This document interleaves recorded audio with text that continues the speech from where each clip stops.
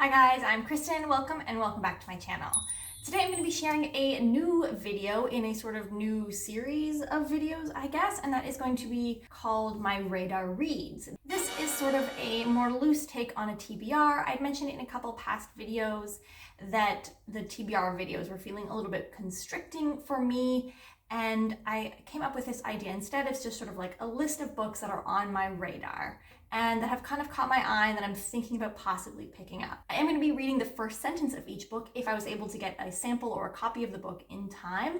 And this is something that I originally saw Elizabeth doing on her channel, Reading Riley. Definitely check her out. She reads lots of thrillers and contemporary and horror and some YA fantasy. So maybe the first sentence is something that catches your eye and intrigues you to pick this book up as well. So we'll get right into it. I have broken the list down into different genres. So I will start with adult fantasy. And the first book on the adult fantasy list is A Song for Our Bond, which is a book that I actually have a physical copy of.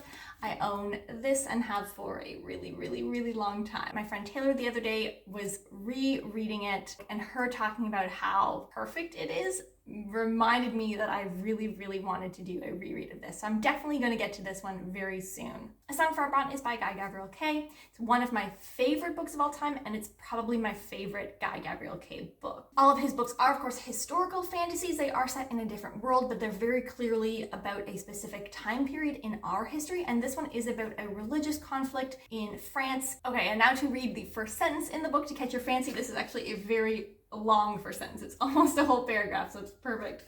A little bit of sample also of what Guy Gavriel Kay's writing is like. A morning in the springtime of the year, when the snows of the mountains were melting and the rivers swift in their running, Aillis de Mirval watched her husband ride out at dawn to hunt in the forest west of their castle, and shortly after that she took horse herself, traveling north and east along the shores of the lake towards the begetting of her son.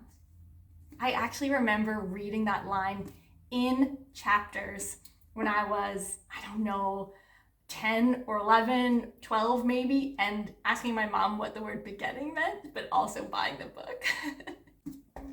The next book is also by Guy Gavriel Kay, and this is Tigana. Tigana is one of Guy Gavriel Kay's most known works, and I think it's on a bunch of lists of like one of the best standalone fantasy novels ever. But it's actually a book by Guy Gavriel Kay that I've only read once, which is a rarity for his books for me.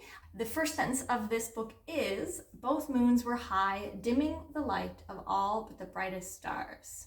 And this book, if I am remembering correctly, is essentially about a conflict between some warring wizards. One of the wizards involved lost his son, and to get back at the people who killed his son or who were responsible for his son's death, he essentially decimates this country. And it is sort of a grassroots rebellion story of the people from this land, Tigana, trying to get their country back. Next up is The Mad Ship by Robin Hobb. This is the second book in the Live Ship Traders series. I wanted to get back into the realm of the Elderlings, and I thought I would start by reading The Live Ship Traders, which I hadn't read before, rather than starting with Farseer as a reread. I read Ship of Magic, the first book in this trilogy, this month in June, and I loved it so much. It is about a world in which there are these traders, and certain families have ships that are called live ships, and after a certain number of generations, their essence is sort of instilled into the ship itself, and the ship becomes sentient. The first sentence for The Mad Ship is, "Below the serpents, the beds of weeds swayed gently in the changing tide." Next up is The Unbroken by C.L. Clark. Angela from the channel Literature Science Alliance, who's become sort of a new favorite channel of mine where I think that our reading tastes are very similar.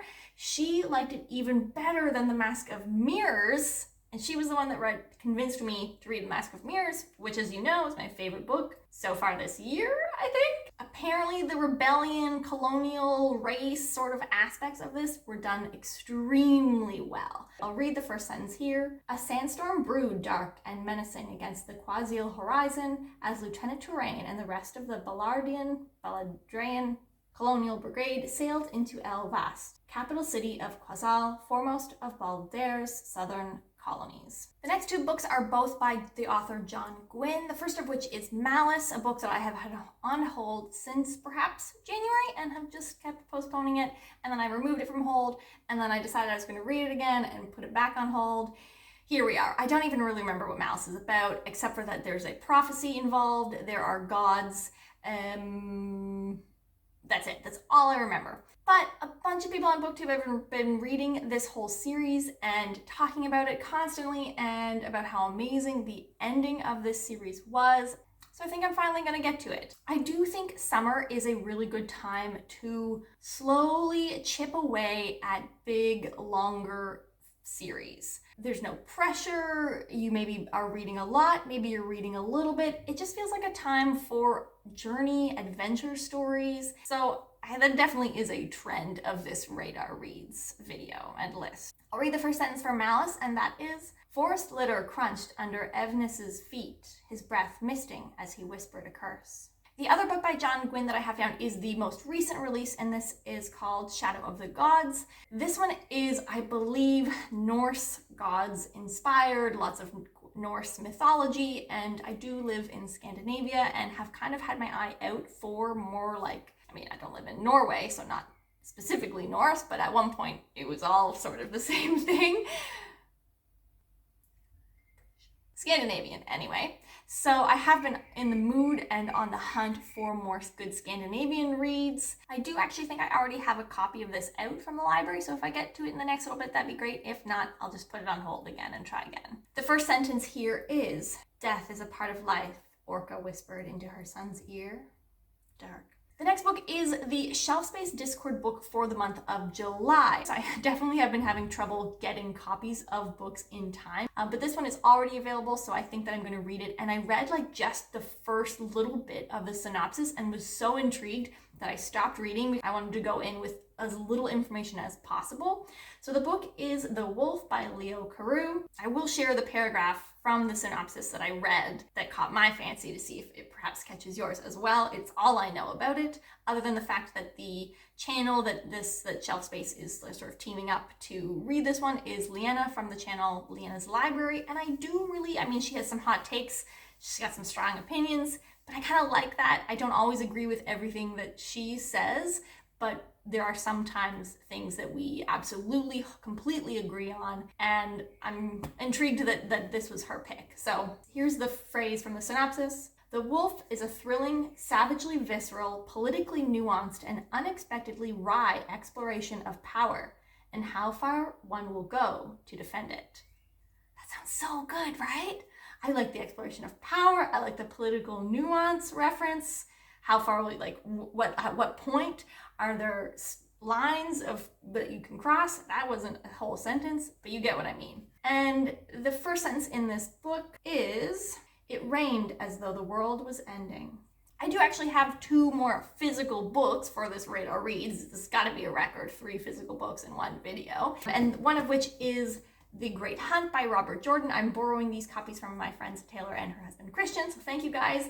It's been a really long time since I have been in the Wheel of Time world. I read Eye of the World. I think I finished it in February. My plan was to do, originally it was to do 1 book every month, and then it was going to be every other month. But as I said, summers are for chipping away at journey stories and big series. First sentence, The Great Hunt, second book in the Wheel of Time series. The man who called himself Bors, at least in this place, sneered at the low murmuring that rolled around the vaulted chamber like the soft gabble of geese. Okay, and the last physical book that I have, and the last book in the adult fantasy section on the Radar Reads, is the book that I won in the Animal Companions Readathon giveaway that I won. Real quick story, I don't even remember that I participated in the Animal Companions and Magical Creatures Readathon with Elliot Brooks's channel back in March. I actually was one of the winners. It was really exciting. I was the BookTube winner. The prize for this was that Elliot offered to buy any book that I wanted. And so I used the opportunity to get a copy of her book, Peace in Turmoil. And it is the first book in a series, The Dark Shores, although it is the only one published at this point. I don't know a ton about the book itself, although I do know that there is a lot of political intrigue and scheming. There is a dragon animal companion, and that the book takes place about 30 years after a war. So I'll read the first sentence. Night was coming. So Short and sweet. I do have 2 sci-fi books on my radar reads, the first of which is going to be a buddy read with Elizabeth from the channel Reading Riley, and that is The Space Between Worlds by, I believe it's Micaiah Johnson. I had it on hold off and on, but never really jumped into it because it is sci-fi and that's a little bit outside of my comfort zone and scope of what I'm usually reading. But I think that the concept sounds really cool. Essentially, in this world or in this universe, you can only travel to a world or like a parallel universe in which you don't exist in that universe. Like if you have died, that's the only way that you can go to that universe because you can't be in 2 places at the same time. I don't know if I explained that very well. Anyway, this main character has died in a huge percentage of the universes, of the known universes. But I saw on Elizabeth's Instagram, which I will link down below, and obviously her channel as well, that it was a book that she had sort of started, and I messaged her and I said that we should buddy read it in July, so that's what we're going to be doing. I'm really excited for it. The first sentence is, even worthless things can become valuable once they become rare. And the other sci-fi book that I have is Never Let Me Go by Kazuo Ishiguro. Everyone is talking about this book. All of the channels that I watch has mentioned this book. Either they've read it in the past and they love it, it's their favorite book, they pushed it up for the first time, they're picking it up again. Everyone on my radar has been talking about this book for so long now. I am also feeling in a more introspective mood, and I don't know if this book is introspective, but I've heard it's a big crying book, and I get the sense that Kazuo Ishiguro's books are a little bit more like thought-provoking. I know nothing about this book because everyone that describes this book only talks about the experience being really intense and that they loved it and that it was their favorite and that they sobbed, but then they always say, I don't want to say anything about it because you should go in knowing as little information as possible. So I don't know anything. The first sentence also does not help me glean any information. It is simply, my name is Kathy H. Period. Okay, now getting into the fantasy romance section. The first of which is Empire of Sand by Tasha Suri. I'm actually not 100% certain that this is fantasy romance. I've seen it listed as fantasy. I've seen it listed as YA. I've seen it listed as fantasy romance. So I have heard that it is more romance heavy than the average fantasy book. So I'm gonna go with that. Without knowing too much about it, I believe it is Indian inspired. I think the main character has magic, and that's about all I know. And the first sentence in this book is, Mare woke up to a soft voice calling her name. And the last fantasy romance that I have on my radar is The Wrath of the Dawn by Renee Adia. I'm not sure if that's how you pronounce her last name. This is a book that I see all over Book Talk. This is a retelling of the 1001 Nights story. It follows a main character whose friend has been killed essentially by the emperor. He has a harem and he basically sleeps with one woman a night and they are killed the next day. And so the main character whose friend this happened to decides to get herself into the harem in order to exact revenge for her best friend. I think maybe they fall in love. I'm not sure. I've heard it's a romance, so we'll see. I'm going in with that expectation. First sentence is, it would not be a welcome at dawn. So not a lot to work with there. And then finally, the young adult books. Some of these are fantasy, and I think maybe one is contemporary, but I've just grouped them all together here. The first of which is the contemporary, and that is Perfect on Paper by Sofia Gonzalez. I don't remember where or who I heard this from, but I heard this was basically like the book version of the show Sex Education, which I love that show so much. Perfect on Paper, apparently very sex education vibes, where the main character runs this anonymous locker where people put in their sex questions and she answers them, but she herself, I think, has some questions or maybe isn't being completely true to herself and her sexual desires and things like that. First sentence in this book is, everyone in school knows about Locker 89, the locker on the bottom right at the end of the hall near the science labs. I don't usually read young adult contemporary books. It's not a genre that I get into often, but this one sounds like it has a lot of things that I will really enjoy, and so I'm looking forward to reading it.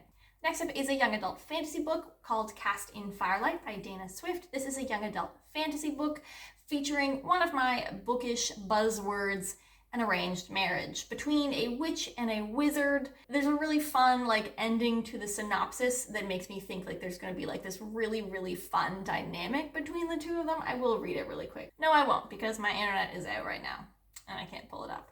I will instead read the first sentence. The door was made of ice, glowing blue, crystallized ice. I just really like the arranged marriage setup. I think it's generally done pretty well in the young adult genre. It's one that I usually enjoy no matter what, whether or not they go the friend route, whether or not they hate each other at first, whether or not they immediately like each other. I usually am satisfied with the ending of an arranged marriage book, so I'm really looking forward to this one. Next up is Deal with the Elf King by Elise Kova. I have not read any book by Elise Kova before, but I am interested. I've heard pretty good things. I actually don't know anything about this book either, except for that I'm assuming there is a human-elf relationship involving some sort of a deal with an elf king. But again, this is a book that I see all over Book Talk, particularly. However, I don't even have the first sentence for this one because Scribd doesn't have it, my library doesn't have it, even Kobo, I can't even buy a copy on Kobo. So I'm not sure how I'm going to read this. I may have to buy a physical copy of this. And finally, the very last book on my radar is The Heart of Betrayal by Mary E. Pearson. This is the second book in the Remnant Chronicles. I did start the Remnant Chronicles with The Kiss of Deception earlier this year. I had read the first couple chapters. I think they were tagged on. I either got a sample or they were tagged on to the end of the last one. The reason why I decided not to read it at that time was because those sample chapters that I had gotten was making me feel like this was going perhaps in a direction that is an extremely big pet peeve of mine. But then a viewer commented on, I think, my abduction romance video saying that she thought I would like this series because the series did what I suggested I would like out of that plot line. And so this makes me think that perhaps I put it down too soon, that I was suspecting something that maybe isn't going to be a problem or that is going to be handled in a way that I do like. So I'm going to give it another go. I am more looking forward to possibly getting to this sometime soon. First sentence in this book, very, very short sentence, one swift act, period. So take from that what you will. Anyway, that is it. Those are all of the books on my radar right now. I may or may not get to all or some of them. We shall see. Is there a book that keeps popping up on your radar? If so, let me know what it is down below. And if you have or haven't read it yet, and if not, why not? I'm looking forward to hearing what you guys are up to. That is it for me today. Have a great day, everyone. We'll see you next time. Bye.